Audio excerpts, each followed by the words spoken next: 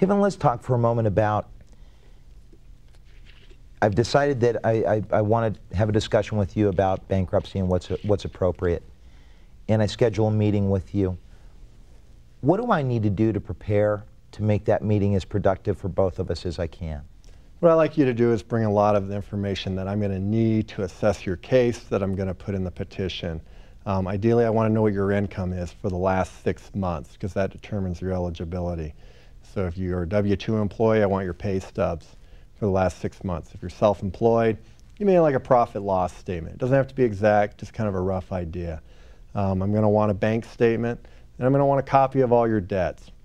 Credit card statement, mortgage statement, any leases that you have, apartment, car, house lease, bring that in. Last 2 tax returns, going back on that. And that's basically about it. If you got anything from lawyers, any lawsuits. With that information, usually that's all I need to assess your case, and really that's all I need to start drafting your petition. That's one reason why we're able to keep our prices down a little, is because we get the stuff early, where we're able to kind of streamline the process a little bit, and it makes it more affordable for people. Kevin, let's talk a little bit about other assets that are either mine or family members, and I'm going through bankruptcy. For example, what happens to my personal retirement account? Retirements in Colorado are 100% exempt.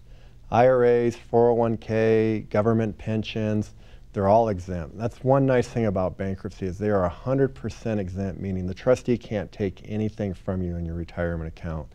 Whether it's $1,000, $10,000, $100,000, that is completely safe in a bankruptcy.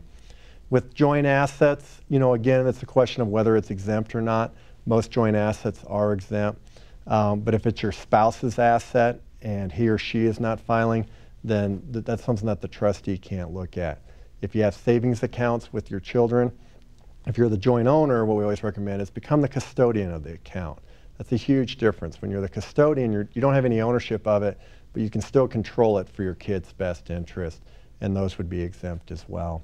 So that's the best way to go about it. But that's the beauty of bankruptcy, is that you can protect your retirement, and sometimes it's just unfortunate. I see too many people who deplete their retirement accounts to pay credit cards when they've been better in bankruptcy, because in bankruptcy, you eliminate all the credit card debt and you keep all your retirement. And when you come out of it, you're going to be in a stronger position that way.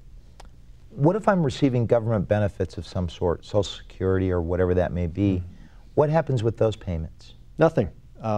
All government benefits typically are based on need. If you are drawing Social Security, you continue to draw Social Security. If you're getting food stamps, you get food stamps.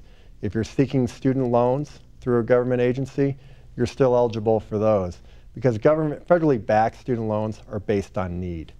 And if you have the need, the financial need for student loans, you'll still get them even after a bankruptcy.